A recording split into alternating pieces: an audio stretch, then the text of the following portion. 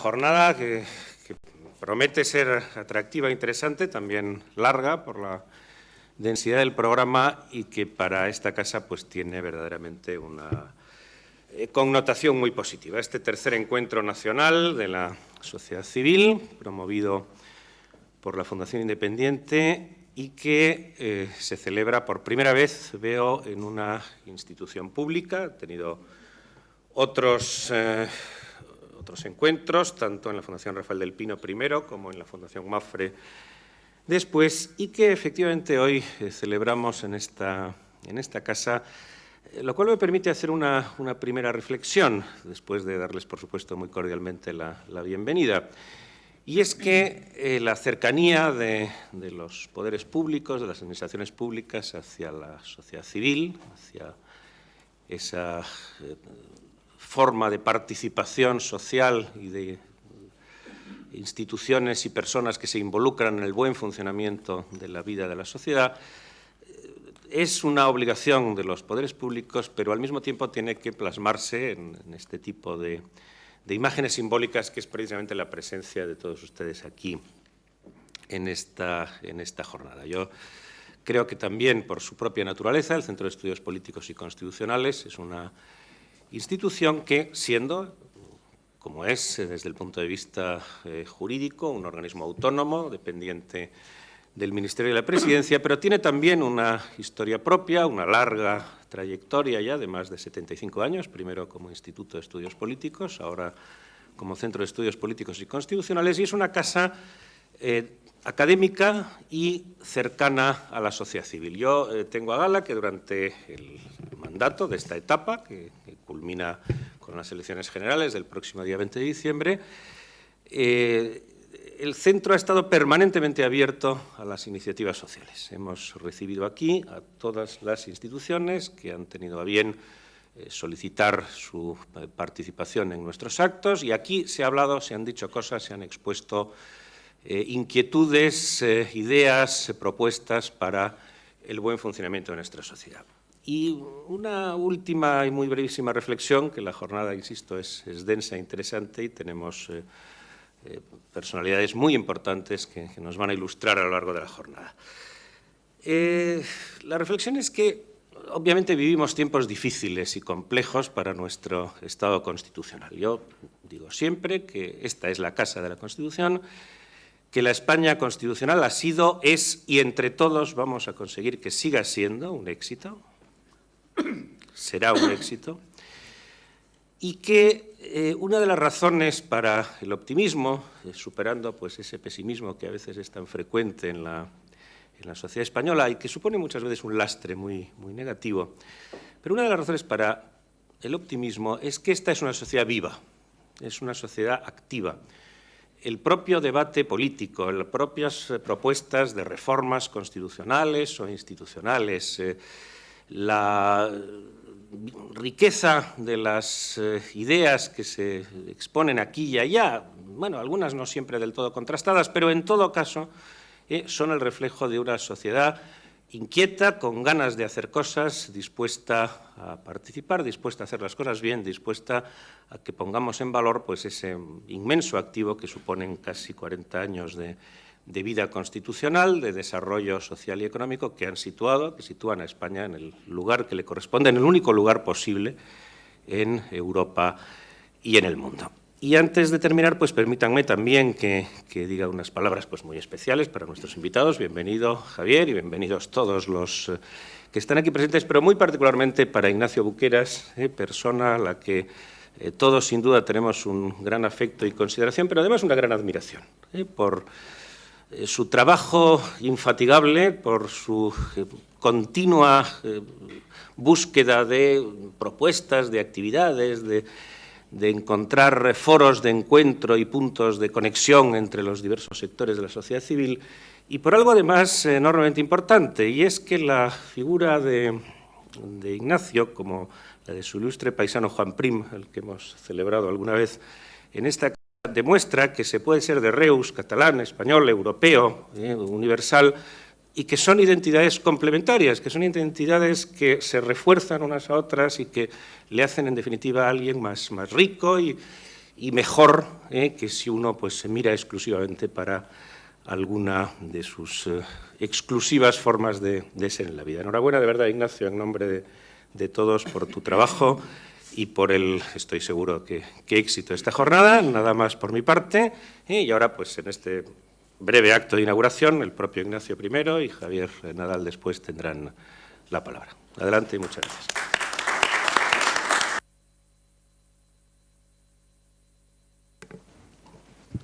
Buenos días a todos. Hoy desarrollaremos durante 12 horas el tercer encuentro nacional de la sociedad civil, que, como bien decía el director de este importante y emblemático centro, es el tercero, porque celebramos el segundo, concretamente hace 3 años, en la Fundación Mafre y un poco anteriormente en la Fundación Rafael del Pino. Mis primeras palabras, como es obvio, deben ser de gratitud al director del Centro de Estudios Políticos y Constitucionales, cuando hace unos meses a Benigno Pendaz le informé de nuestro deseo, de nuestro planteamiento de organizar este tercer encuentro nacional en un año especialmente complicado, difícil, preocupante para todos los ciudadanos españoles, como es el que estamos viviendo. Desde el primer momento él abrió el centro, como ya lo había abierto también, hace un momento él recordaba un paisano mío, con motivo del bicentenario del general Prim, tuvimos también aquí un acto, etcétera, etcétera. Por otra parte, también palabras de gratitud, de agradecimiento a la plataforma de la sociedad civil G2020, que aquí nos acompaña por parte de su presidente, Salvador Sánchez Terán. La Fundación Independiente forma parte también de esta plataforma desde sus inicios y que desde el primer momento también consideró importante sumar esfuerzos. Y, como no, también la Asociación Española de Fundaciones, representada por su presidente, Javier Nadal, que agrupa más de 1000 fundaciones de toda España, las importantes, que concretamente desde el primer momento también sumaron sus esfuerzos con la Fundación Independiente para organizar este tercer encuentro nacional.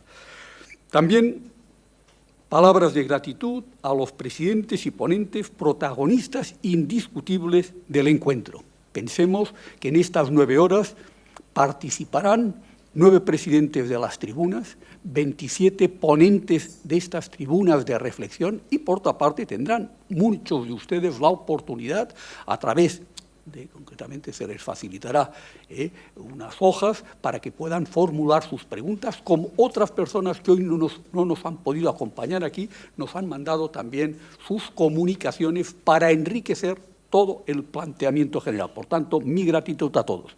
Y también gratitud a los que hoy se han trasladado a una hora, no digo temprana, porque yo considero que a las 9 de la mañana todos ya tendríamos que estar funcionando como mínimo durante un par de horas antes, para que este país sea más europeo, más eficaz en todos sus aspectos, etcétera, etcétera, pero indudablemente que ustedes nos van a acompañar aquí y esto agradecemos. Y aquellas otras personas que en estos momentos por streaming están en diferentes lugares de España y del mundo siguiendo concretamente este encuentro, que consideramos que puede ser enriquecedor para todos. Ellos también nos pueden sumarse mandando mensajes que también van a tener en cuenta, van a tener presentes los presidentes de cada una de las tribunas de encuentro. Finalizo mi capítulo de gratitudes, por tanto, dando las gracias a todos. Brevemente deseo informar el porqué de la fecha del 5 de noviembre. Esta fecha del 5 de noviembre no fue de una manera, podríamos decir, circunstancial. Estamos a 45 días de unas elecciones generales, posiblemente las más llenas de interrogantes de nuestros casi 8 lustros de democracia respecto a sus resultados y consecuencias. Estamos viviendo una de las etapas de nuestra historia más compleja, convulsa, difícil y crítica.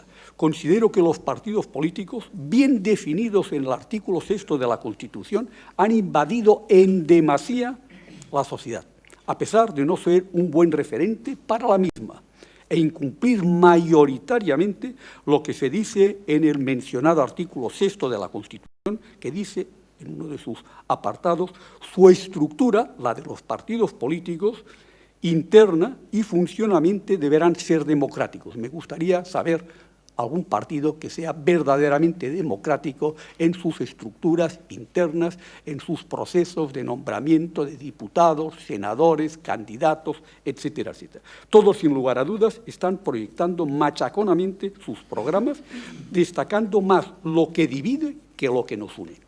Todos los españoles en estas elecciones nos jugamos mucho. Es por ello que consideramos importante hacer oír las voces de la sociedad civil.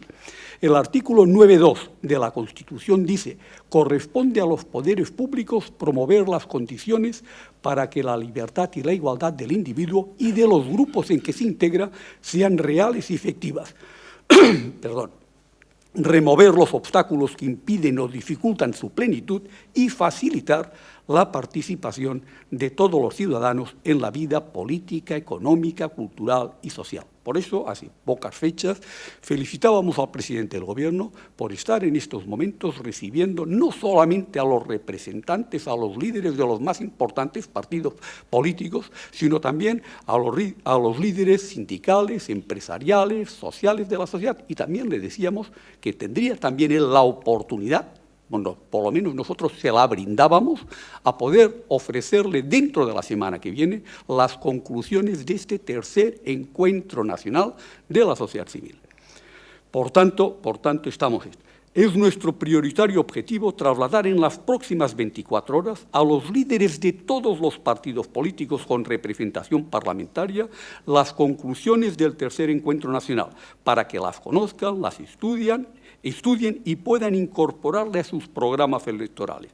El Comité Ejecutivo de este encuentro estudiará los programas de los partidos para dar a conocer y, por otra parte, espero y deseo que este tercer encuentro nacional de la sociedad civil colabore muy eficazmente a lo que hace pocas fechas, el pasado 23 de octubre, decía Su Majestad el Rey Felipe VI en la entrega de los 35 premios Princesa de Asturias.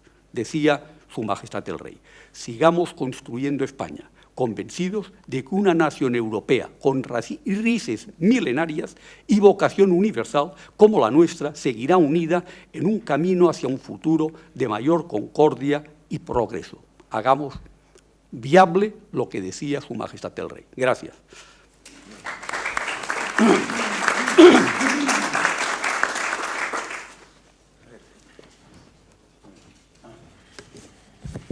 Muchas gracias. Yo también quiero, por supuesto, empezar agradeciendo a Ignacio Buqueras, presidente de la Fundación Independiente, el honor que me hace y la invitación de participar en la inauguración de este tercer encuentro.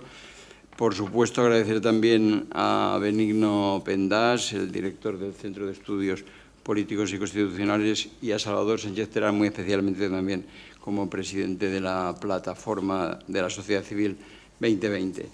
Porque realmente es un honor y un enorme placer estar aquí hoy y tener la oportunidad de decir unas breves palabras para señalar que este encuentro es una señal de fortaleza de nuestra sociedad civil, algo que caracteriza a las sociedades más avanzadas, en las que muchas personas experimentan el deseo de contribuir a la resolución de los retos cada vez más complejos. Los ciudadanos de las sociedades occidentales se han vuelto más escépticos, se fían menos de las promesas políticas o empresariales y toman la iniciativa para participar en el devenir de las instituciones y en la orientación de sus actuaciones. Una activa participación de la sociedad civil en la esfera pública es imprescindible para nuestra convivencia y el buen funcionamiento de nuestras instituciones. Contribuye a la generación de nuevas soluciones a los problemas y a las necesidades de nuestro tiempo, a la cooperación y a la consolidación de nuestro capital social.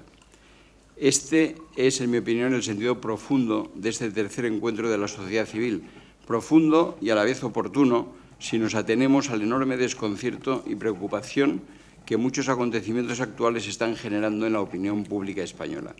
Por eso hemos colaborado gustosos en su organización y difusión. Las 8.700 fundaciones activas que benefician a 29 millones de personas en España y que representan casi el 1% del Producto Interior Bruto, solo por tener un dato económico que las sitúe, constituyen una de las principales manifestaciones de la sociedad civil que, sin ser Estado, participa en los asuntos y problemas de interés general. Las fundaciones están demostrando ser un instrumento muy ágil para responder ante nuevas demandas o preocupaciones sociales. Basta mirar a nuestro alrededor para que podamos identificar decenas de iniciativas exitosas que hoy nos permiten decir con claridad que donde hay una necesidad existe una fundación. Necesitamos aprovechar este potencial si queremos enfrentarnos con éxito a los retos relacionados con los asuntos que trataremos en esta jornada y con otros, como los flujos migratorios, la desigualdad, las tensiones territoriales o la sostenibilidad ambiental, que han crecido y que, si no se gestionan bien, pueden dar lugar a una grave crisis en las próximas décadas. Y si bien es verdad que las capacidades en términos de talento, conocimiento y tecnología han crecido y ofrecen grandes oportunidades, se echan falta en ocasiones criterio, generosidad y sensatez en el debate político que seguimos a través de los medios de comunicación. Creo, además, que lo que aporta valor en la toma de decisiones es la deliberación, que hay que promover en las organizaciones y en el conjunto de la sociedad, y que se diferencia de la discusión o del debate en la intención de los participantes. En la deliberación no se trata de ganar, sino de acordar en favor de los ciudadanos. Y en eso las fundaciones ofrecemos una ventaja, la independencia. Somos independientes de los partidos políticos. No buscamos el poder, sino el bien de la sociedad.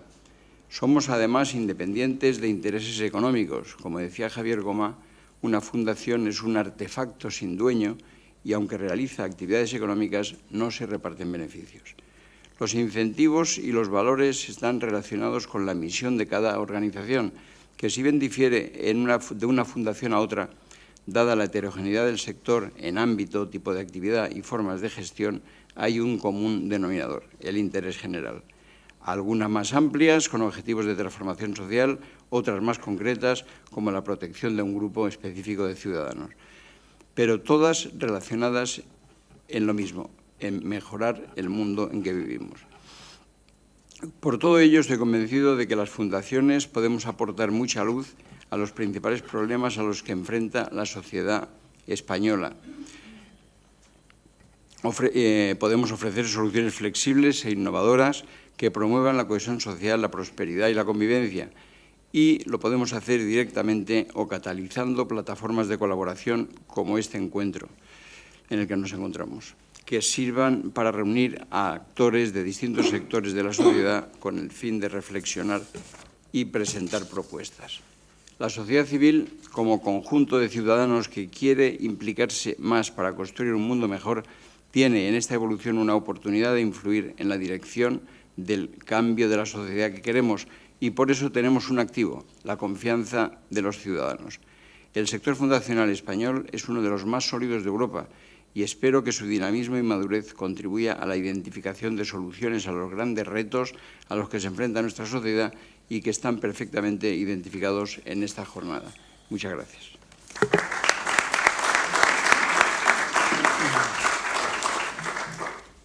Muy bien, pues antes de inaugurar formalmente este encuentro, permítanme que les reitere que están ustedes en su casa, literalmente.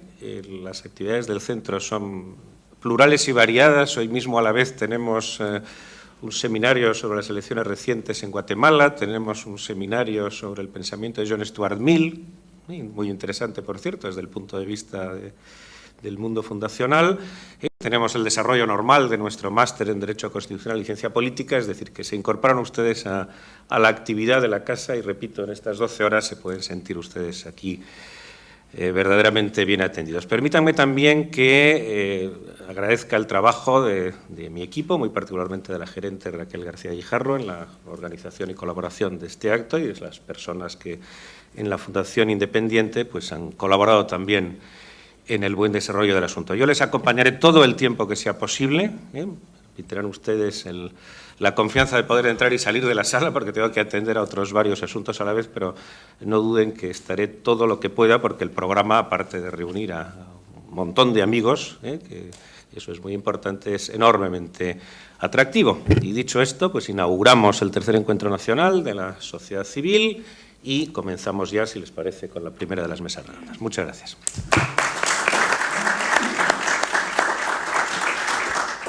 Agradecería que los miembros de la primera tribuna de reflexión pasen. Aquí nos acompaña don Eduardo Serra, que es el presidente moderador de la mesa, y por otra parte también espero que estén los tres ponentes, don Jesús Lizcano, Elisa de la Nuez y don José Antonio Rodríguez Salas. Por tanto, yo les agradeceré que ocupen sus lugares. Gracias. No la veo. No, tampoco. Muy bien. ¿Cómo estás? Me alegra mucho verte. Lo mismo te digo. Bueno, bienvenido, como siempre. Buena corbata. A continuación, Ángel Lafuente, director del Instituto de Técnicas Verbales, dirá un poco las reglas, las normas, digamos, no solamente en esta mesa, sino en todas las reglas para que estamos un poco atentos. Muy bien, pues aprovechamos el tiempo y así vamos a ser puntuales en arrancar a las 9:30, tal y como estamos intentando llevar a la sociedad también desde la Comisión Nacional para Racionalizar los Horarios Españoles, que es fruto de la Fundación Independiente y también creada por don Ignacio Buqueras. El reglamento lo conocen creo que todos, pero voy a leer. El señor presidente, moderador, dispone de 5-8 minutos máximo para dar la bienvenida y hacer una presentación. Después, cada ponente de 5 a un máximo de 8 minutos. Posteriormente, a juicio del presidente moderador, se dará un turno de intercambio de opiniones entre los ponentes. Y finalmente, durante unos 12 minutos, el público podrá participar. ¿De qué manera?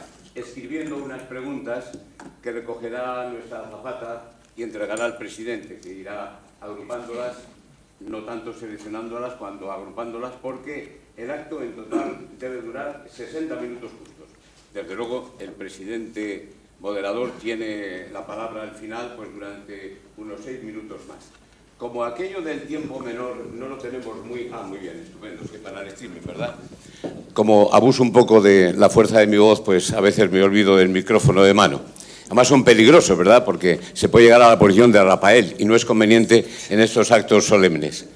Entonces digo que como es difícil tener una idea exacta de los tiempos menores, sí que sabemos lo que dura media hora, una hora, pero cuánto duran 5 o 6 u 8 minutos es más complicadito. Pues yo estaré aquí en primera fila y será no Ángel Lafuente, sino este instrumento quien vaya cronometrando.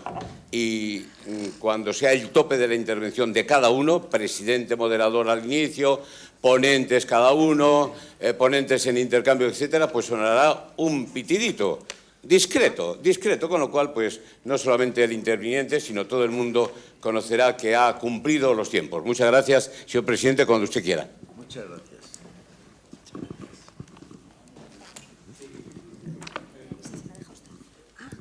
Este no es mío.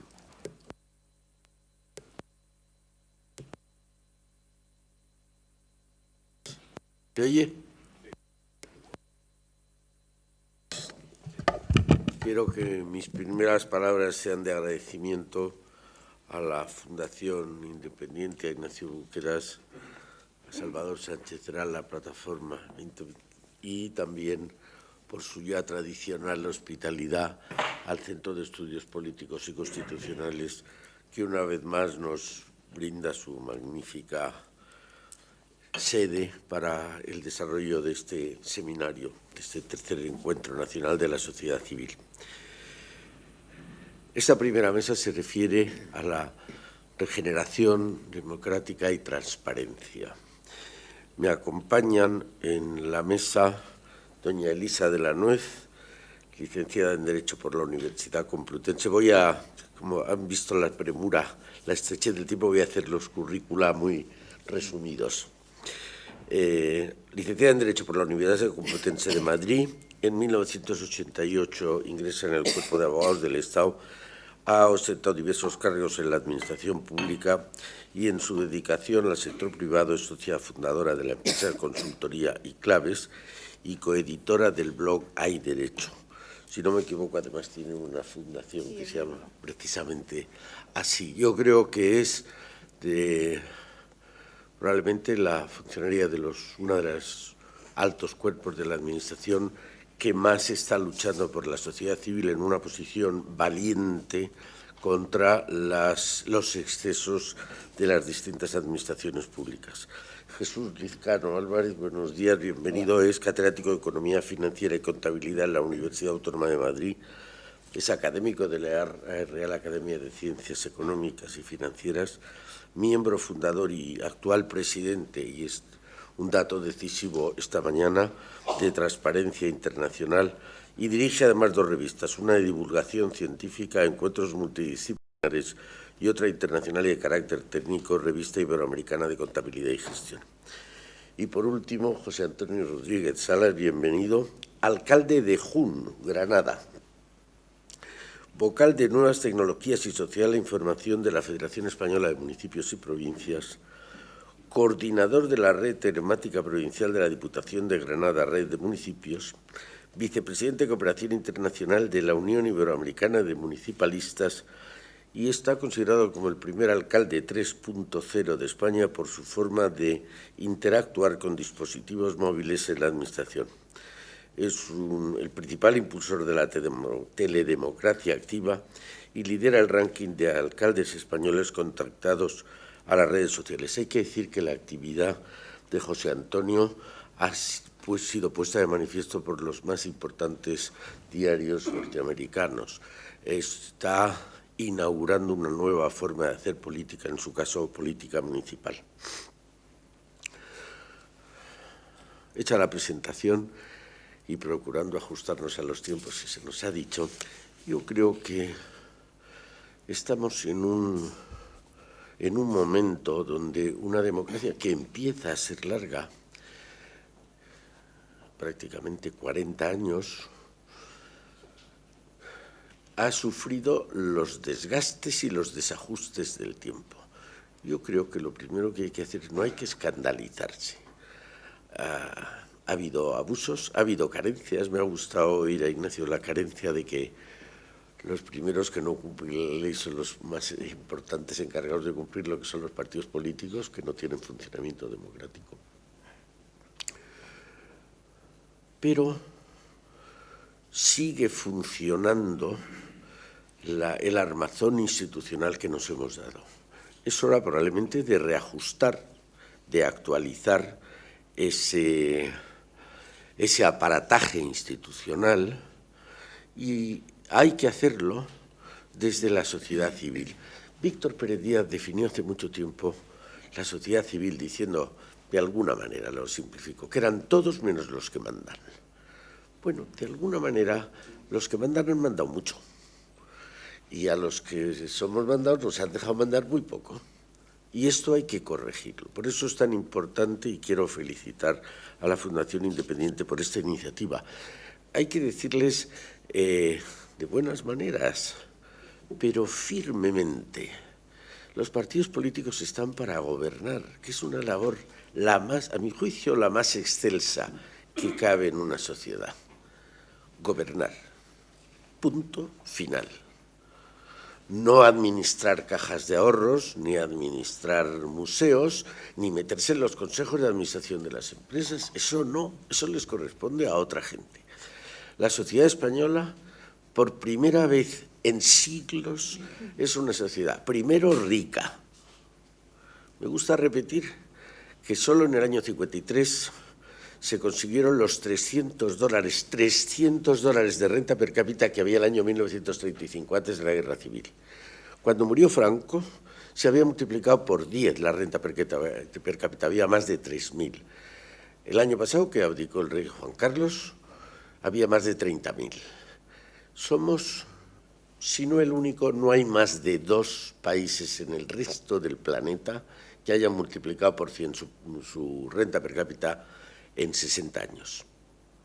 Somos un país rico, somos un país culto, nuestros índices de alfabetización se pueden comparar a cualquiera en el mundo, y quizá nos faltaba o nos falta un poco de protección fiscal a esta actividad desinteresada de la sociedad civil que llaman el tercer sector.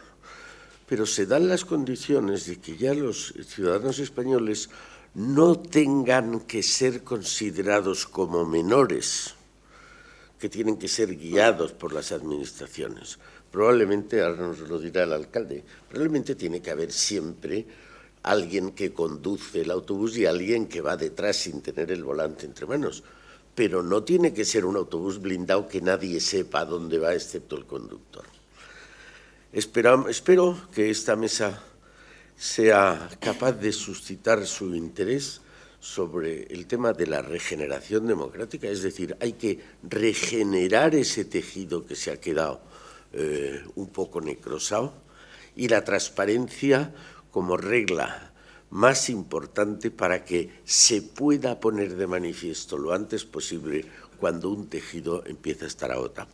Y sin más por mi parte, le doy la palabra a Elisa de la Nuez que nos cuente sus ideas al respecto. Muchas gracias. Pues muchas gracias, Eduardo.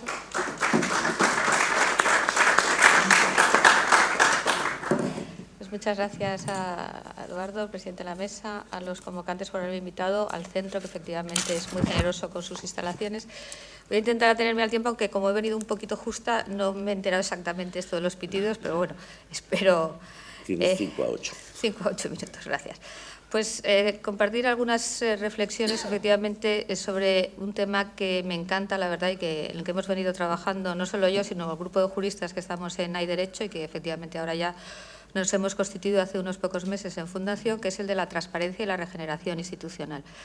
Y cogiendo un poco el testigo de Eduardo, yo creo que el reto que tenemos ahora en España es básicamente el de convertirnos como sociedad civil, como ciudadanos, en mayores de edad, ¿no?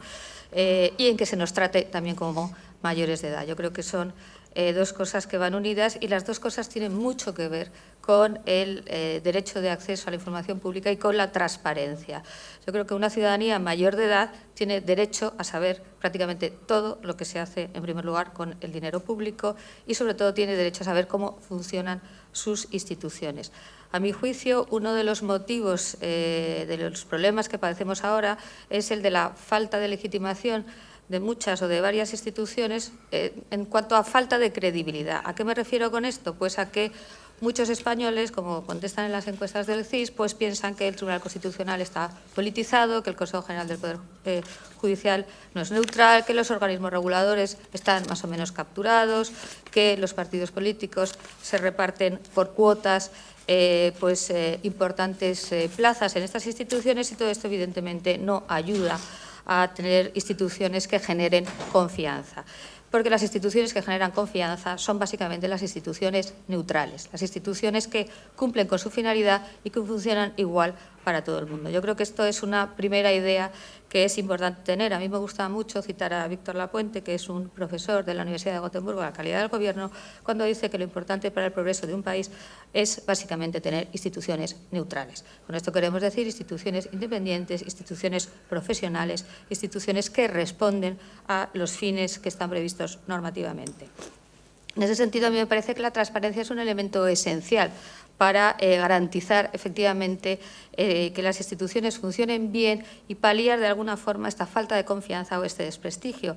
Claro que tiene que ser una transparencia entendida no como, digamos, una mera medida estética o pues un arreglo cosmético, sino como una herramienta para transformar el funcionamiento de la institución. Es decir, que si queremos que las instituciones nos traten como a mayores de edad, tenemos que saber cómo funcionan de verdad.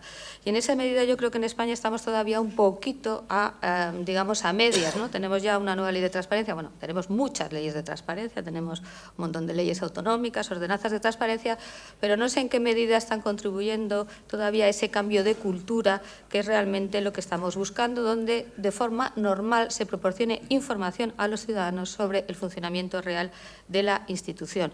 Funcionamiento, además, que, insisto, tiene que servir para que el funcionamiento mejore. No se trata de darnos aquellos datos que le gusta a la institución darnos, sino todos los datos, y nosotros ya nos haremos una idea.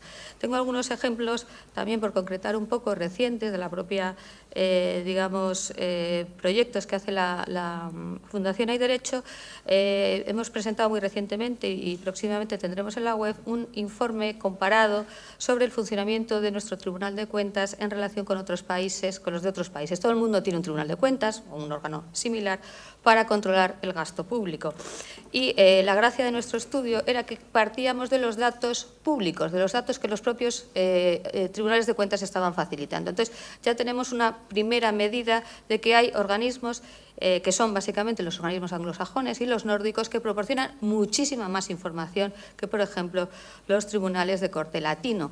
Y dentro de esa información están las cosas que nosotros estábamos buscando. ¿Qué estábamos buscando? Pues cosas como índices de eficacia y de eficiencia. Por ejemplo, ¿qué nos cuesta a los españoles un informe del Tribunal de Cuentas español frente a lo que puede costar un informe en otros sitios? ¿Cuál es el grado de independencia o de neutralidad que tienen los técnicos y los auditores?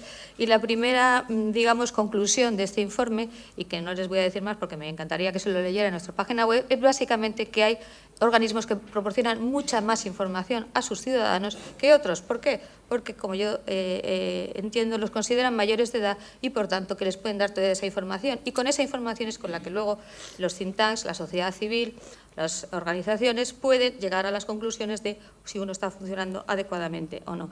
Por tanto, lo fundamental es no hay que tener miedo a la transparencia, pero sobre todo la transparencia entendida como un medio para conseguir un fin, que es el mejor funcionamiento de la institución. Y otra idea que quiero destacar, porque es una idea también que me parece un poco particular de la cultura pública española, es la idea de la lealtad institucional. Esto me lo he encontrado yo muchas veces y, de hecho, en este informe sobre el Tribunal de Cuentas, la primera reacción del Tribunal de Cuentas fue bastante negativa, ¿no? En el sentido de quiénes son ustedes para decirnos cómo tenemos que funcionar. Y nosotros decíamos, no, nosotros no les decimos nada, nosotros lo que queremos es observar con los datos públicos que ustedes proporcionan y comparar con otros tribunales. Es decir, había una cierta... se sentían un poco agredidos por el hecho de que alguien fuera a mirar un poco sus datos y cómo estaban funcionando. Yo creo que esto es una cultura propia de un país, digamos, no homologable con el del resto. Nosotros no pretendemos, cuando digo nosotros, digo la sociedad civil y los ciudadanos, no pretendemos agredir ni, digamos, ir en contra de nadie. Lo que queremos es saber cómo funcionan las cosas. Y yo creo que esto también es un tema importante. Y liga con otra idea que para mí es importante como funcionaria, que es el tema de la lealtad institucional. En España se tiende a pensar que la lealtad institucional es no contar las cosas que puedan, digamos, hacer quedar mal a una institución o dar una información que a lo mejor pues no es todo, no sale todo lo bien que quisieran.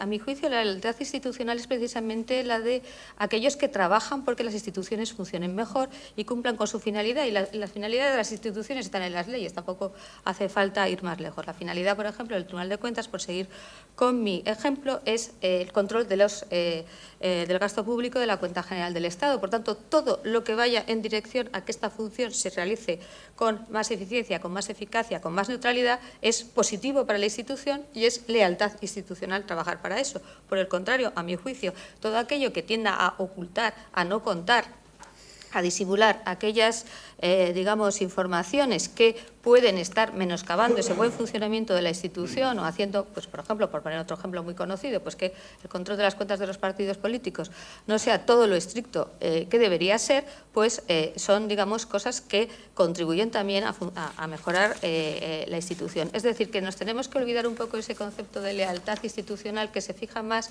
en las personas que en un momento dado ocupan los cargos, en ocultar cosas que se entiende no van a dejar bien a la institución y volver a un concepto que creo que es un concepto, de nuevo, de mayores de edad, que la lealtad institucional consiste en contribuir desde dentro de la institución o desde fuera, y para eso es fundamental tener información, a un funcionamiento más neutral, más independiente y otra cosa que también me gusta destacar, con mayor rendición de cuentas. Yo creo que esta idea de que las instituciones tienen que rendir cuentas a los ciudadanos de lo que hacen, porque además, entre otras cosas, se financian con el dinero de nuestros impuestos, es una idea muy importante que a veces también se nos olvida un poco.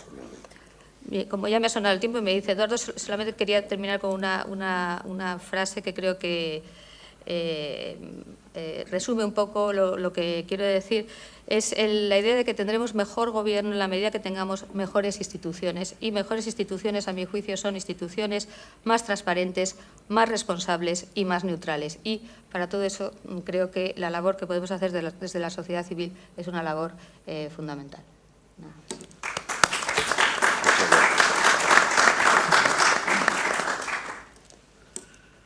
Tiene la palabra Jesús Lizcano, que no es presidente, como he dicho, de Transparencia Internacional en España.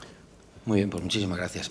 Buenos días a todos. Es una satisfacción y agradezco fehacientemente el estar en este acto de la sociedad civil, que es muy importante.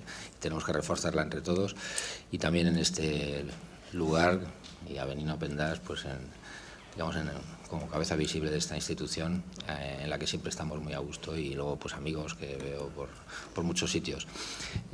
Bueno, yo vengo como representante, como ha dicho Eduardo, de la sociedad civil, y la verdad es que traía un PowerPoint preparado, pero yo creo que por lo ajustado del tiempo, A, y B, porque iba a ser el único, pues no me quiero singularizar y voy a hablar un poco pues, de lo que iba a hablar en todo caso, pero sin proyección. Bueno, sencillamente me gustaría, para empezar, hacer un poco historia en ese sentido, como representante de la sociedad civil, que ya venimos trabajando bastante tiempo en el tema, una breve historia de cómo estábamos hace unos años, por dar un mensaje positivo, y cómo estamos ahora. Es decir, estamos bastante mejor de lo que estábamos hace unos cuantos años. Evidentemente, hace 8 o 10 años yo recuerdo que estábamos los miembros de Transparencia Internacional, pues íbamos ahí peregrinando, Antonio Garriga, Jesús Sánchez Lambás, Manuel Villoria, pues a ver si en España, al Ministerio de Justicia y a la vicepresidenta en aquella época del gobierno, etcétera, a ver si por fin lográbamos firmar en España lo que era la Convención de la ONU contra la corrupción, que no lo habíamos firmado. Al final lo firmamos, pero había una cantidad de pretextos que nos estuvieron poniendo durante meses, que es el Ministerio de Justicia, el funcionario que la llevaba estaba de baja, que no sé qué, 40 pretextos. El caso es que tardamos muchísimo y lo firmamos en el puesto número 127, pero lo firmamos.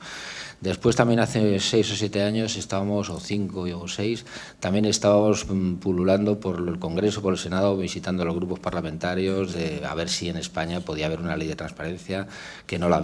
Fuimos el último país de más de 1 millón de habitantes que la firmamos, que la publicamos en España, y era un retraso, pues obviamente injustificable, ¿no? Y entonces les entraba en general, a los partidos políticos o a los grupos parlamentarios les entraba por un oído y les salía por otro, eso de la ley de transparencia, etcétera. Bueno, pues al final, gracias al esfuerzo de todos, de los partidos políticos, al final yo creo que se han puesto las pilas, también desde la sociedad civil, cuyos representantes o algunos de ellos estamos aquí, pues hemos ido presionando, y afortunadamente tenemos la ley de transparencia, que ya va a entrar casi en pleno vigor este próximo mes de diciembre, porque como sabemos, de las 20.000 instituciones públicas que en España, la mayor parte, pues cerca de 18.000, pues no tiene la obligación hasta ahora, hasta el mes que viene, pero en cualquier caso ya la van a tener todos los ayuntamientos, 8.000 y pico, en fin, todas las instituciones públicas.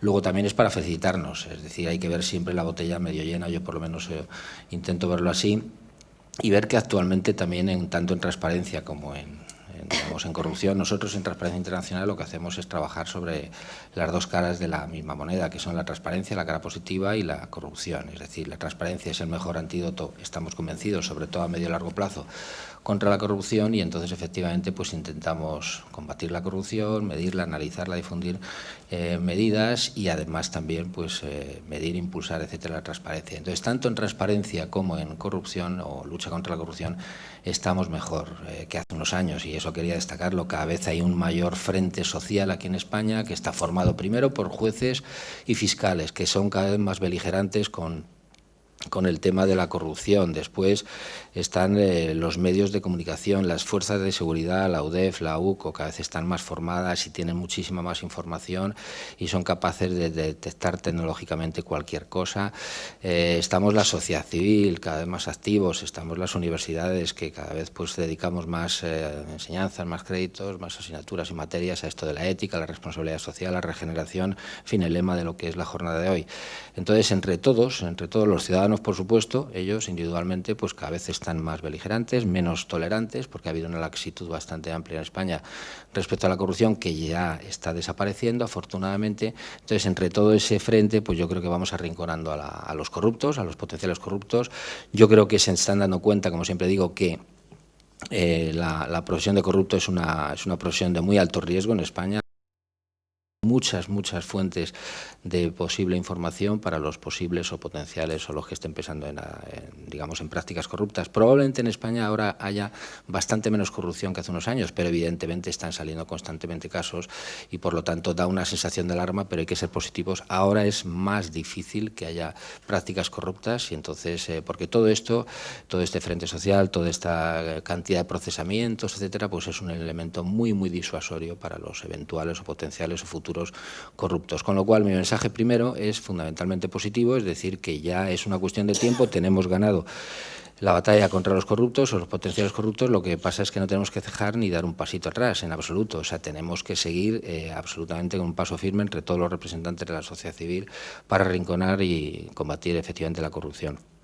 Transparencia Internacional, en cuanto a corrupción, simplemente mencionar que nosotros elaboramos una serie de índices a nivel internacional, quizá que los conozcáis, muchos de vosotros los conocéis, el índice de percepción de la corrupción, simplemente mencionar, y si vais a nuestra página web, pues hay un mapa muy negativo en cuanto a la síntesis de los resultados cuantitativos. Se ve en el mapa mundial de la corrupción como de 175 países, la media es muy suspensa. Nosotros aquí en Europa, los países desarrollados, pues estamos mejor que, lógicamente, los países en los que no hay control democrático, institucional, etcétera, pero en cualquier caso hay una asimetría siempre forzada, es decir, digamos, en las que redunda fundamentalmente los países en los que hay una enorme cantidad de corrupción. España, pues ocupamos desde 173 países el puesto número 37, que no está mal si nos relacionamos con el mundo. Tenemos una puntuación de 60, la teníamos de 71 en el año 2004, hemos ido descendiendo progresivamente. Y si nos juzgamos con los países del área europea en este análisis, que son 30, estamos en una posición bastante más desfavorable. Es decir, si nos comparamos con el entorno, con nuestra familia, la familia europea, pues estamos en el puesto 19 sobre 30. Es decir, que estamos bastante mal o bastante en una situación manifiestamente mejorable respecto a nuestro entorno más inmediato. Hay otro índice también muy importante, que es el Barómetro Global de la Corrupción, que mide la corrupción ya en 105 países, menos que el otro, pero son muchos de todas maneras. Entonces se focaliza y se analiza un poco la corrupción en 12 sectores, concretamente partidos políticos, parlamentos, gobiernos, instituciones educativas, hasta confesiones religiosas, etcétera, es decir, las fuerzas de seguridad. Entonces, en ese barómetro lo que se pone de manifiesto, y solo menciona el néctar final de los resultados, es que los partidos políticos de esos 12 sectores son, en general, a nivel mundial, los peor evaluados respecto a la población. Es decir, son aquellos que tienen una percepción o una imagen más negativa. Hay una desafección total a nivel internacional. Entre 1 y 5, y 5 es el máximo de percepción de corrupción, están a nivel mundial 3,8 sobre 5, o sea, bastante más cerca del 5 que del 1. Y aquí en España peor todavía, porque tenemos una media de 4,4 sobre 5. Es decir, eso da una imagen, digamos, de la visión tan negativa que tenemos los españoles, y a ver si cambia esto, de la clase política, de los partidos políticos. Es decir, tenemos que mejorar bastante en relación con esa percepción, esa desafección, esa lejanía que tenemos respecto a los partidos políticos. Ellos son los que tienen que acercarse, ellos son los que tienen la clave, la llave del cambio, son los que pueden cambiar un poco las cosas. Ellos, como sabéis, en España hay una partitocracia muy amplia, es decir, dominan los partidos políticos, han estado dominando en general siempre en mucho mayor medida que en otros países, es decir, pues el poder legislativo, el poder ejecutivo, los órganos constitucionales, Tribunal Constitucional, digamos, Consejo General del Poder Judicial, Tribunal de Cuentas, que mencioné antes, pues también están nombrados los vocales por los partidos. En fin, en general, pues dominan bastante toda la sociedad española, las instituciones españolas. Eso tiene que cambiar, tiene que haber un mayor equilibrio, como pasa en otros países, con la sociedad, con las instituciones, digamos, no políticas.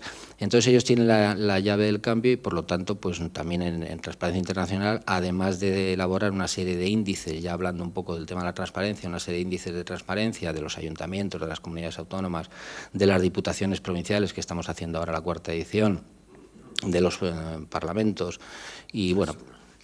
¿Ha sonado ya? Bueno, pues entonces simplemente mencionar que efectivamente intentamos promover la transparencia, y luego sencillamente en cuanto a la regeneración, que es otro de los temas del lema de esta jornada, pues lo que intentamos es, dado que los partidos políticos tienen la clave de cambiar las cosas, pues los venimos evaluando, los venimos promoviendo una serie de compromisos. Ahora hemos formado una serie de comisiones, 3 comisiones, y hemos elaborado y hemos mandado y hemos presentado y mandado a los partidos políticos un conjunto de 60 medidas sobre tema de contrataciones, licitaciones públicas, es decir, para evitar la proliferación de la corrupción. Ya sabéis que en España antes había una corrupción fundamentalmente urbanística, ahora se ha movido sobre todo al tema contractual, al tema contratos, subvenciones, etcétera, y es donde se focaliza la mayor parte de los indicios de corrupción. Y entonces pues hemos también promovido y hemos presentado el otro día, el lunes, otras 40 medidas de amplio espectro, digamos, que muchas de ellas están dirigidas a disminuir ese poder de los políticos, a disminuir, digamos, también un poco los libre designación, etcétera, en todas las instituciones españolas.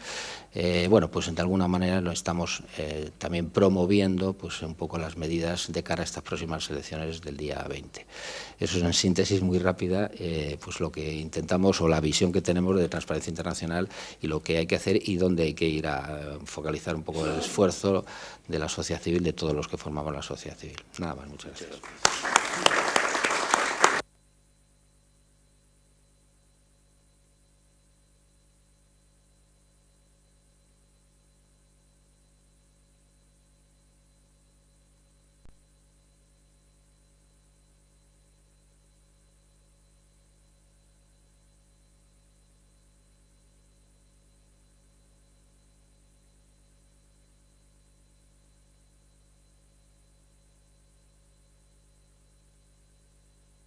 Ahora, esto que estoy colocando es la herramienta fundamental de mi ayuntamiento. Estamos ahora mismo retransmitiendo, efectivamente, a través de streaming, en general, desde aquí, desde la propia institución, pero estamos retransmitiendo a través de este aparato que yo tengo en la mano. Bueno, ya no lo tengo en la mano, lo acabo de dejar soportado encima del vaso, ¿no? Vamos a contar lo que es el gobierno abierto o la evolución del gobierno abierto hacia lo que se llama gobierno horizontal. Miren, hace muy pocos meses ha terminado un estudio el Instituto Tecnológico de Massachusetts, con Twitter a la cabeza, donde han depositado 10 millones de dólares para el proyecto. Y yo este verano, el día 4 de agosto, me fui a Estados Unidos a firmar el proyecto de un estudio avanzadísimo sobre cómo serán los gobiernos del futuro. Podían haberse ido a Madrid a estudiarlo, a Nueva York, se podían haber ido a, no sé, a Berlín, pero no, se han ido a un pueblo de Andalucía que se llama Jun, que es mi pueblo, que está a 2 kilómetros de Granada.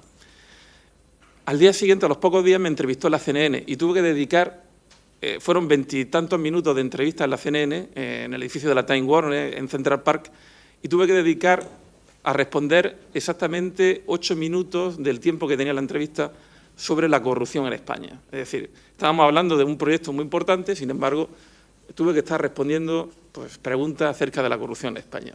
Esto nos da pie a pensar qué está pasando en nuestro país y qué imagen estamos proyectando fuera. Al mismo tiempo yo estaba intentando explicar cómo es nuestro proyecto de gobierno futuro, ¿no?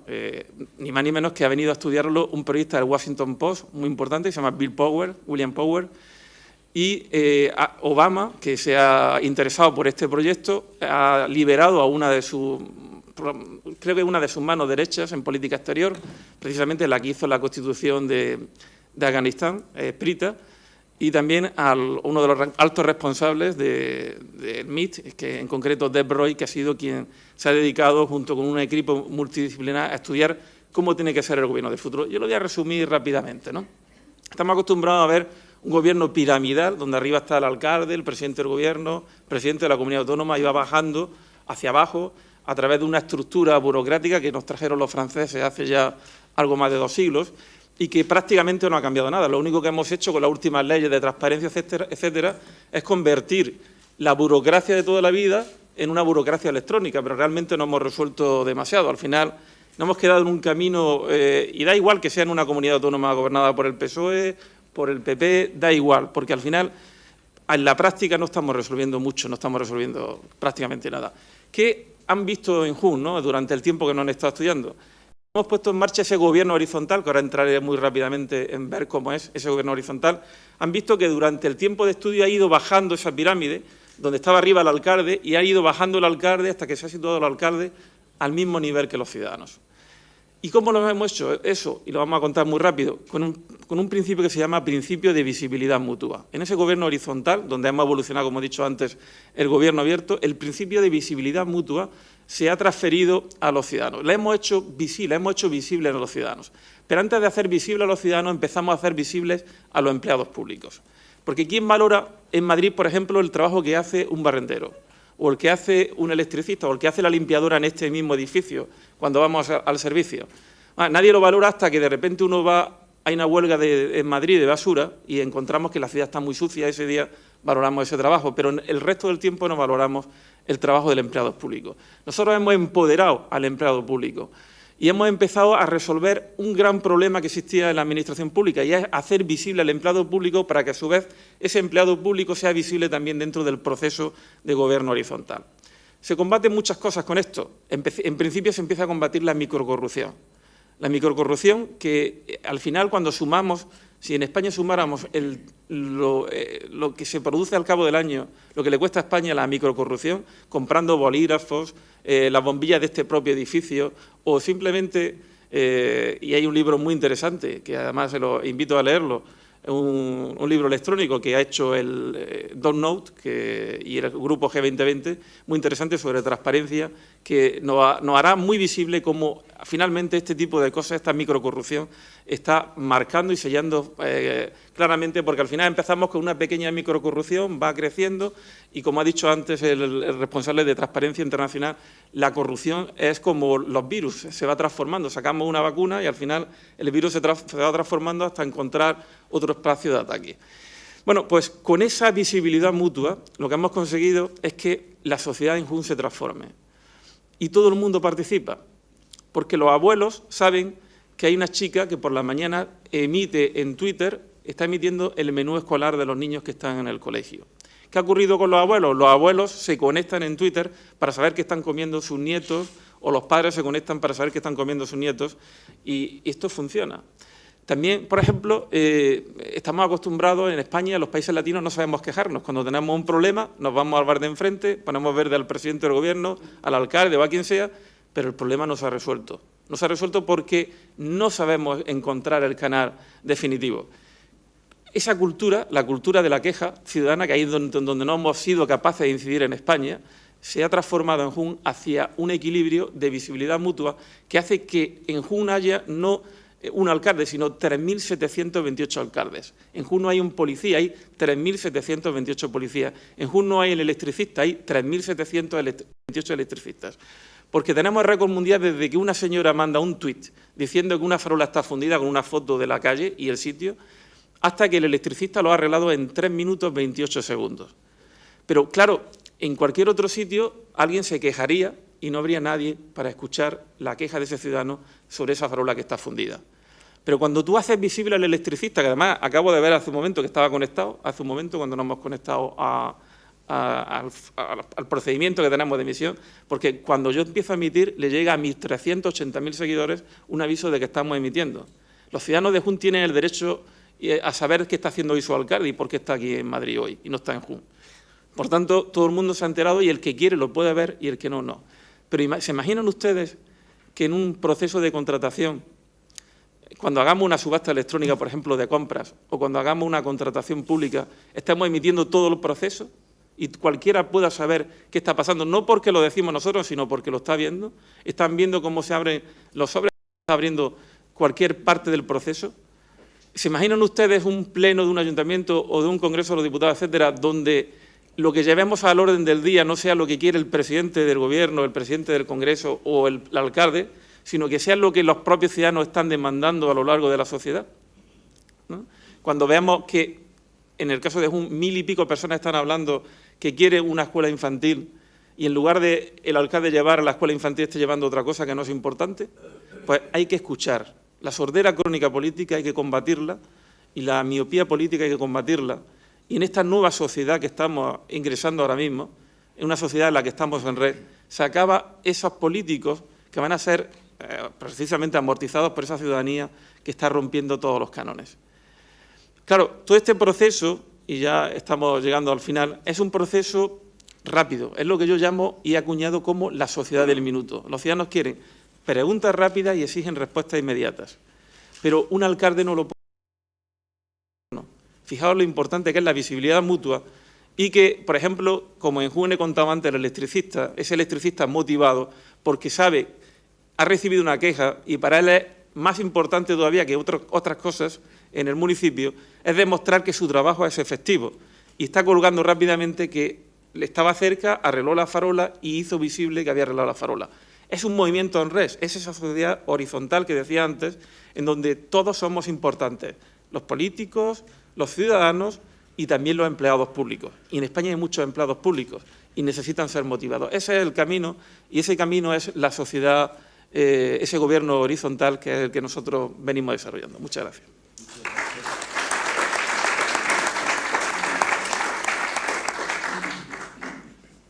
Las normas de procedimiento temporal dicen que ahora es el momento de que haya un coloquio entre los ponentes. Yo invito a los tres que me acompañan en la mesa si quieren hacer algún comentario, alguna pregunta al resto de intervenciones. No, yo prefiero casi que el público nos pregunte, ¿no? Ahí tenemos luego también para el público, ¿eh? De acuerdo.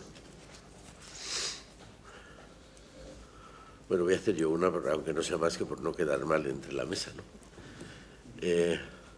Alcalde, a mí me has dado una lección asombrosa. Yo, si me hubieran dicho que un pueblo a 2 kilómetros de Granada, que se llama Jun, salía en la CNN entrevistado en el edificio de la Time Warner, con un estudio de $100 millones pagado por el Massachusetts Institute of Technology y que tienen al alcalde de 26 minutos, te aseguro que no me lo hubiera creído.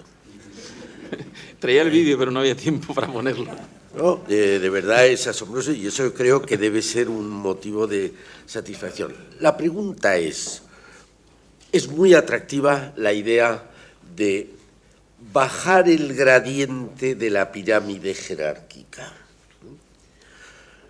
llegar en la medida de lo posible al gobierno horizontal y en lo posible a la transparencia, pero manteniéndome en la escala municipal. Si los vecinos llevan sufriendo en los últimos días hurtos recurrentes y la policía municipal cree que tiene localizado al presunto delincuente y sabe en qué barrio o en qué perímetro o en qué edificio puede acordarse, sería bueno que eso se dijera en Twitter. Estamos a punto de cogerle, está entre las calles de tal y tal.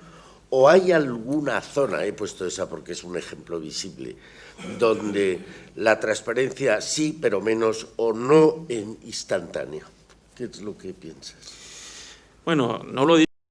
Estaba en Nueva York porque el Instituto Tecnológico de Massachusetts ha decidido, junto con esta irresponsable del gobierno americano, norteamericano, del gobierno de Obama, Prita, en concreto, esta mujer, decidieron que el gobierno de Jun se llevara a Nueva York, San Francisco, Boston y Chicago, cada una por una razón, ¿no?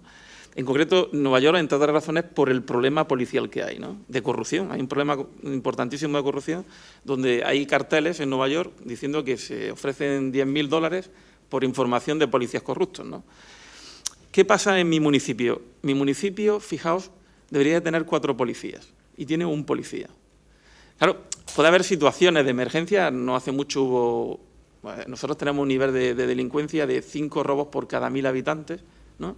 Mientras España tiene una media de 40 y tantos, 47, 48 robos por cada 1.000 habitantes, ¿no?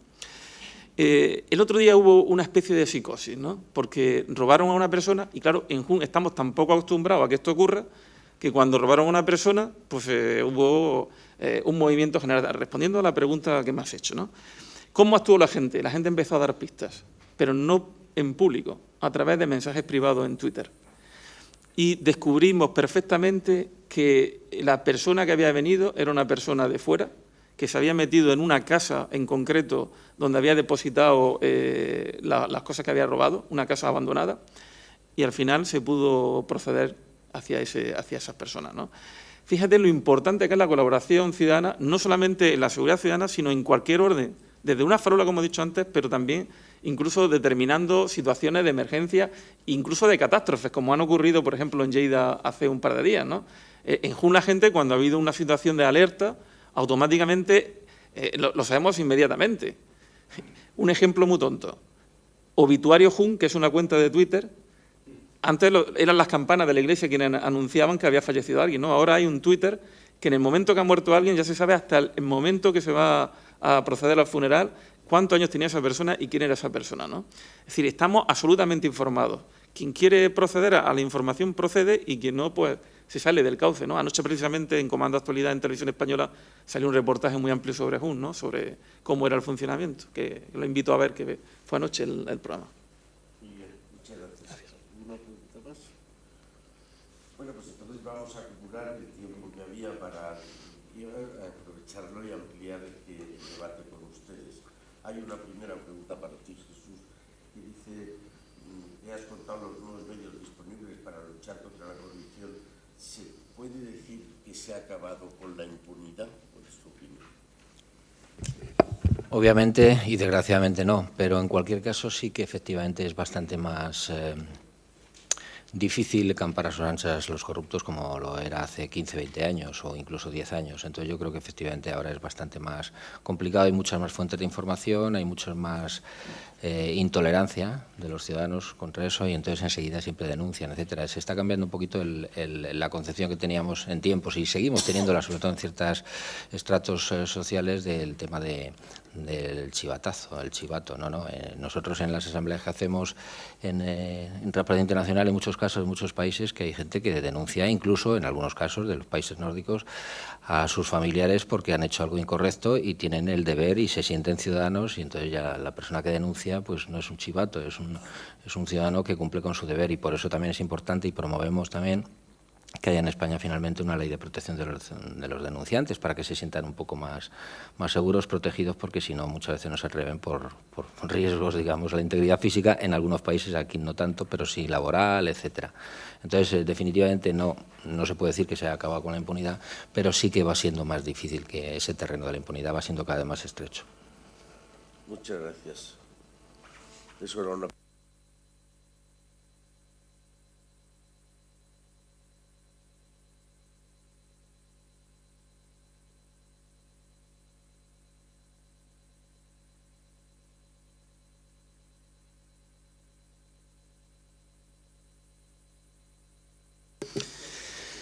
Porque en España estamos acostumbrados a que todo lo que viene de fuera es buenísimo, lo que hacemos dentro pues no lo ponemos siempre en entredicho, ¿no? Nosotros, nuestra trayectoria no viene de un día atrás, ¿no? Eso yo creo que lo sabe Rafael. Mira, nosotros fuimos el primer municipio del mundo que declaró Internet derecho universal. Lo hicimos el Día de los Inocentes del 99. Y desde el Sydney Morning Herald hasta el New York Times publicaron, en ese caso el New York Times a 4 columnas, ya publicó una reseña de Jun en el año 99, ¿no? Eso, que nosotros lo vimos tan importante en el 99, lo copió Francia en el 2009, 10 años después. Finlandia, el gobierno más avanzado del mundo en sociedad de la información, en el 2010. Y la ONU lo acaba de aprobar este año para todo el mundo, ¿no? Es decir, esto ocurre. Nosotros, por ejemplo, Romano Prodi nos declaró a nosotros lugar natal de la teledemocracia activa. En concreto me nombró a mí padre de la teledemocracia activa, ¿no? La teledemocracia activa después se llamó gobierno abierto.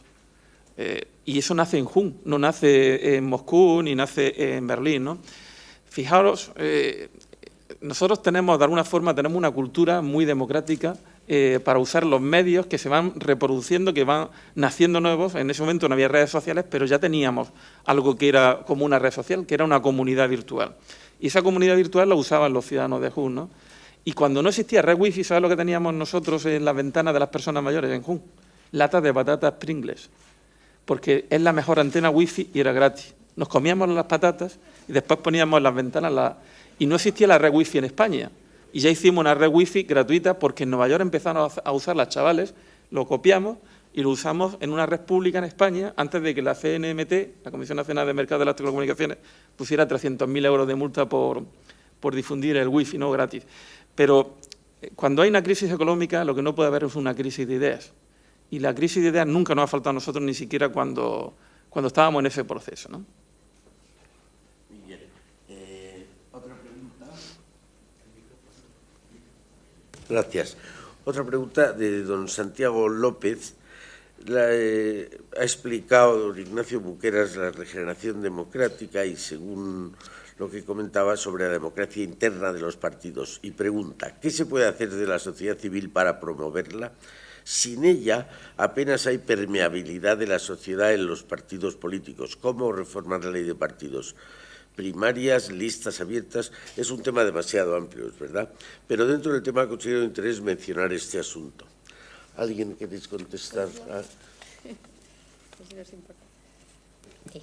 Sí, yo es que también hace un par de años estuvimos un grupo de gente intentando ver cómo se podía mejorar el tema de la democracia interna de los partidos.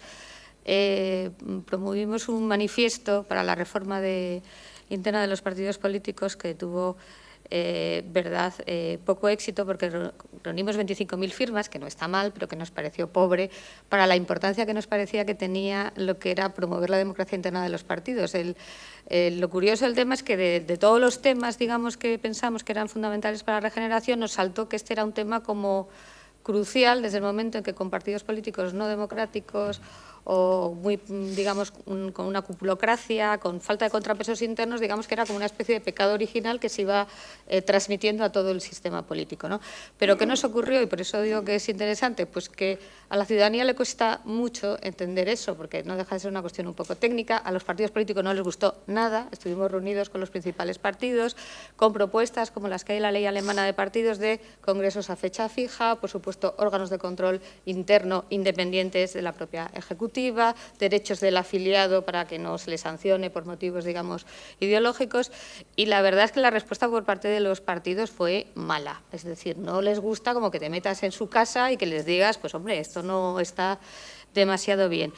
Y en ese sentido yo creo que lo que se puede hacer desde la sociedad civil, como en tantas cosas, es presionar desde la opinión pública diciendo que queremos partidos políticos que no funcionen, digamos, como bloques monolíticos donde mandan 3 personas en la cúpula. Y además lo curioso es que no parece que los partidos nuevos, y pienso sobre todo en Podemos, estén cambiando mucho ese modelo, ¿no? Por lo que las quejas que se oyen son parecidas. Entonces, yo sí que creo que es muy importante de que desde la ciudadanía, y por eso recuerdo un poco este pequeño fracaso de no haber conseguido que los ciudadanos entendieran que tener partidos políticos con democracia interna y con contrapesos internos, no solamente son primarias, ¿no? Son estos congresos que se deciden no cuando decide el líder que le viene bien, sino porque hay una fecha fija, muy importante, los órganos de contrapeso internos para que, digamos, haya algún tipo de posibilidad de crítica a la ejecutiva, por supuesto protección de los afiliados que puedan discrepar, que todo eso es una cosa muy importante para la democracia. No sé si ahora quizá está la ciudadanía más madura para pensar que este es un tema que realmente es crítico. Ya digo que hace 2 años no mucho, y quizá se ha empezado por el tema de las primarias, que evidentemente no es solo la solución, pero sí quizás es lo que se visualiza mejor de cara a la ciudadanía, que es mejor tener un sistema de primarias que no un sistema de dedazos. Pero también es verdad que hay otras muchas cosas que todavía no se están planteando. No sé si con esto contesto. Una puntualización.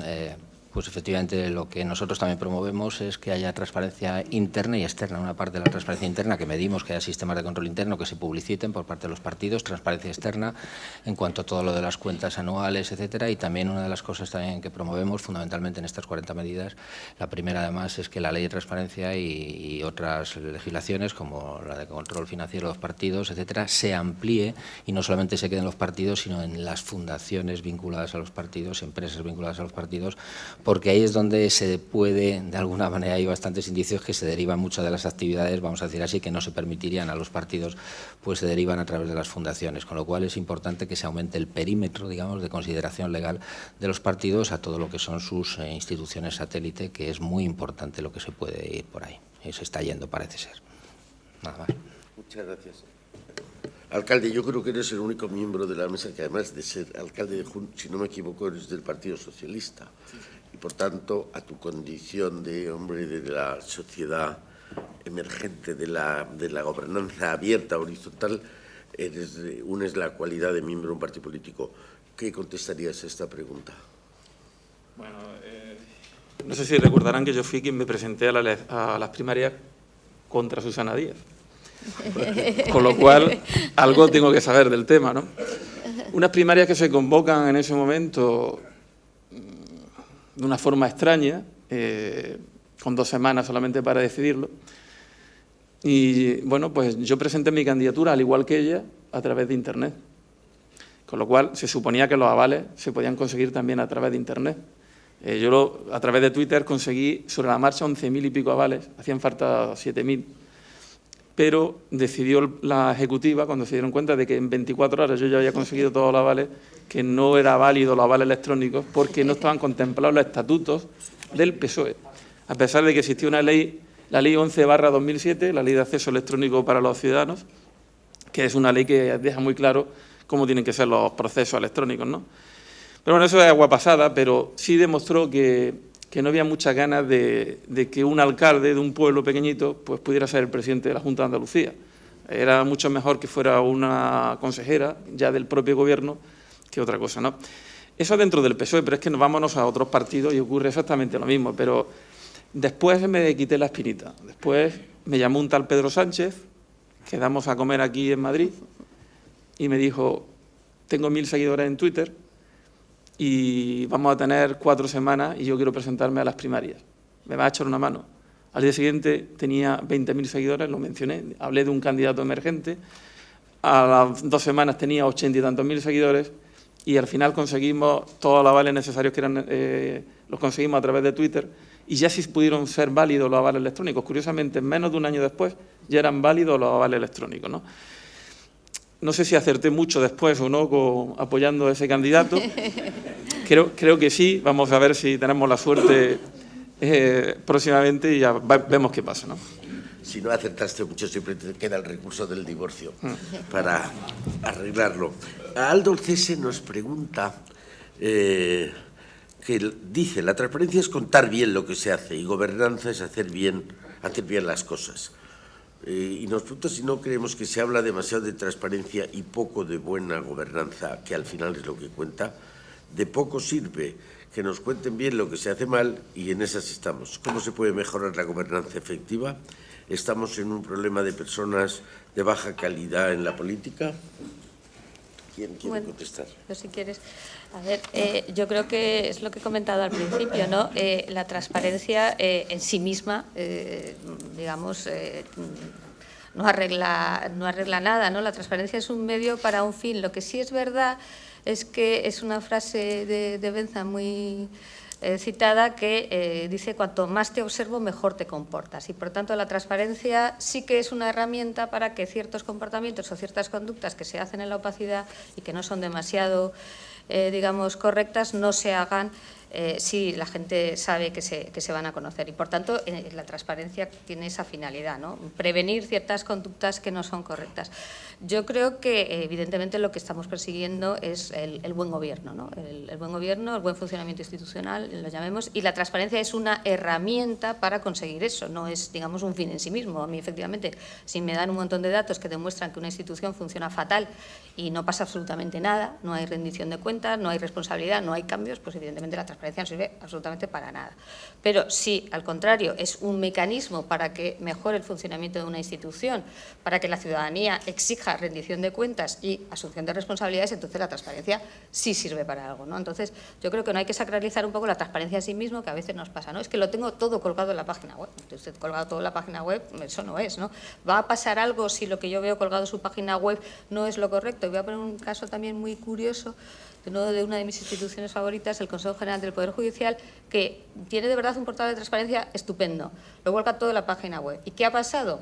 Pues que hay movimientos judiciales, plataformas judiciales que están viendo que los nombramientos que hace el Poder Judicial, pues a su juicio, precisamente porque tienen la información, no se ajustan a criterios de mérito y capacidad o piensan que se está favoreciendo a personas que vienen de la política. Entonces, digamos, lo que ha ocurrido es que gracias a esa información que da el Consejo, hay ya digamos, entidades de la sociedad civil diciendo, hombre, es que no nos parece correcto los nombramientos que se están haciendo en el Poder Judicial.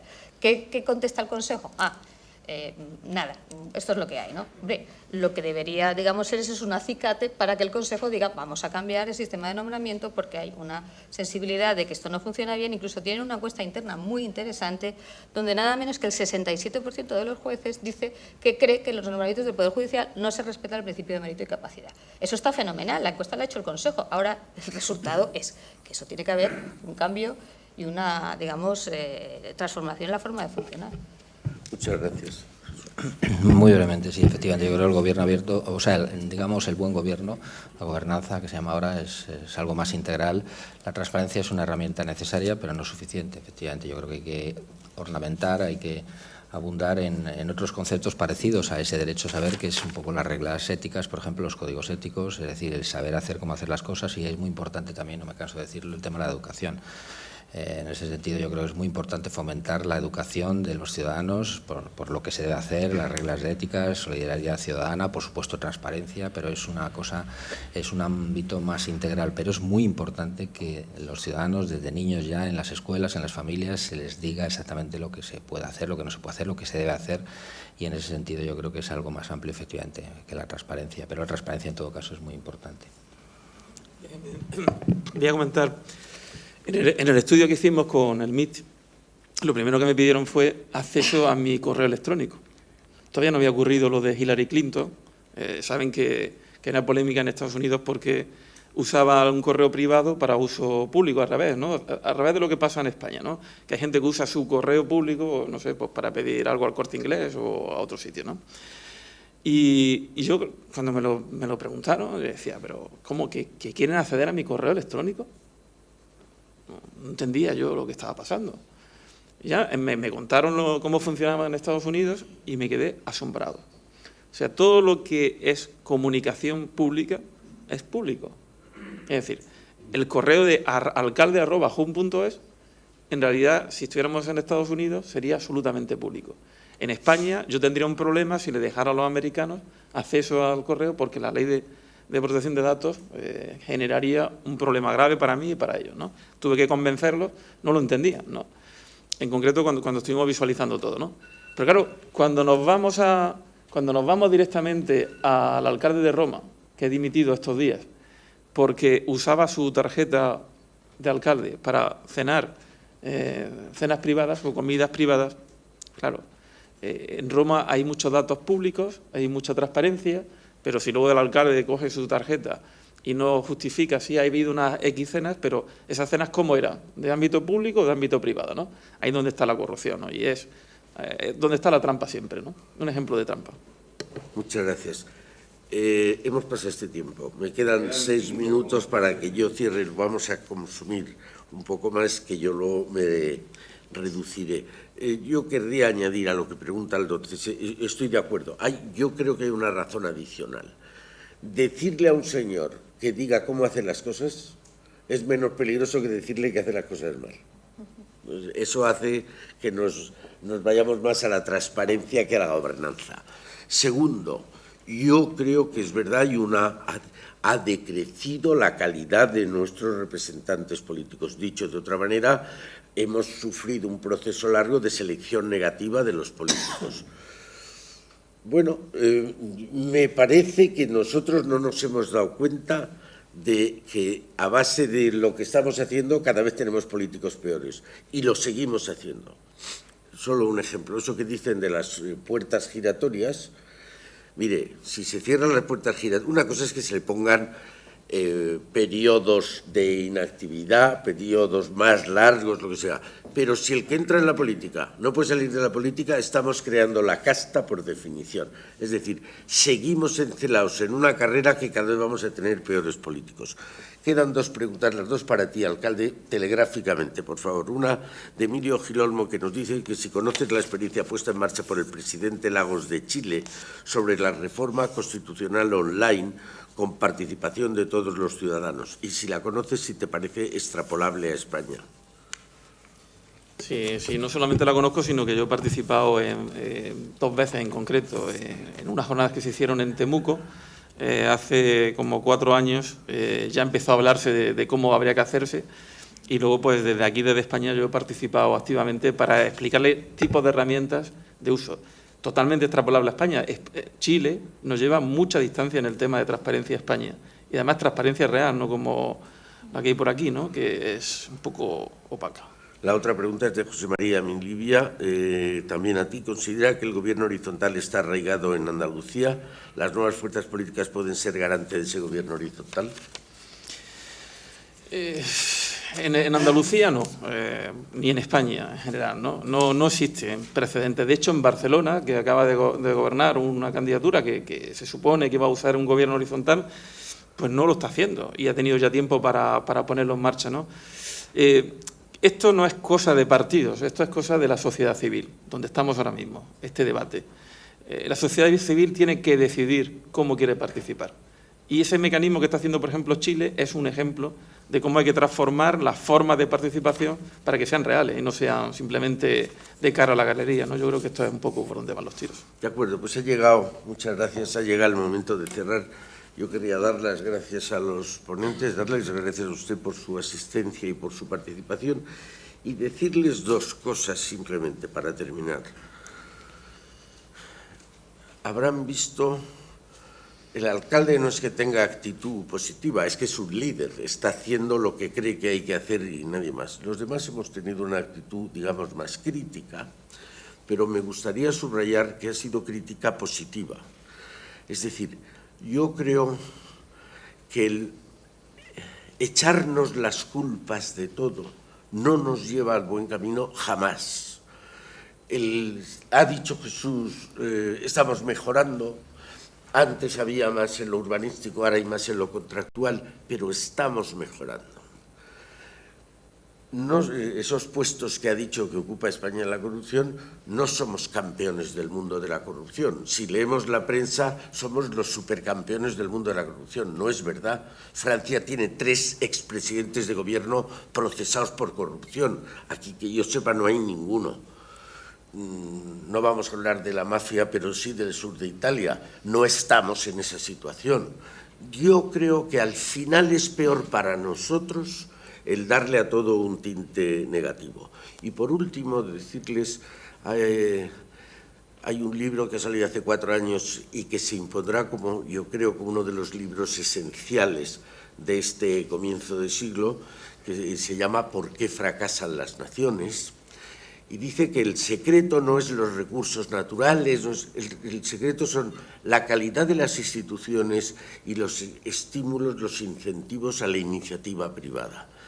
Yo creo que, como se ha dicho también, se trata de la calidad de nuestras instituciones. Se trata de que seamos conscientes que la sociedad civil somos los dueños del negocio. Y que, como dicen nuestros textos legales, y dice bien, los administradores públicos son eso, administradores. Los dueños del negocio somos todos nosotros. Y como tal, debemos actuar cada vez más activamente. Nada más y damos paso a la siguiente mesa. Muchas gracias.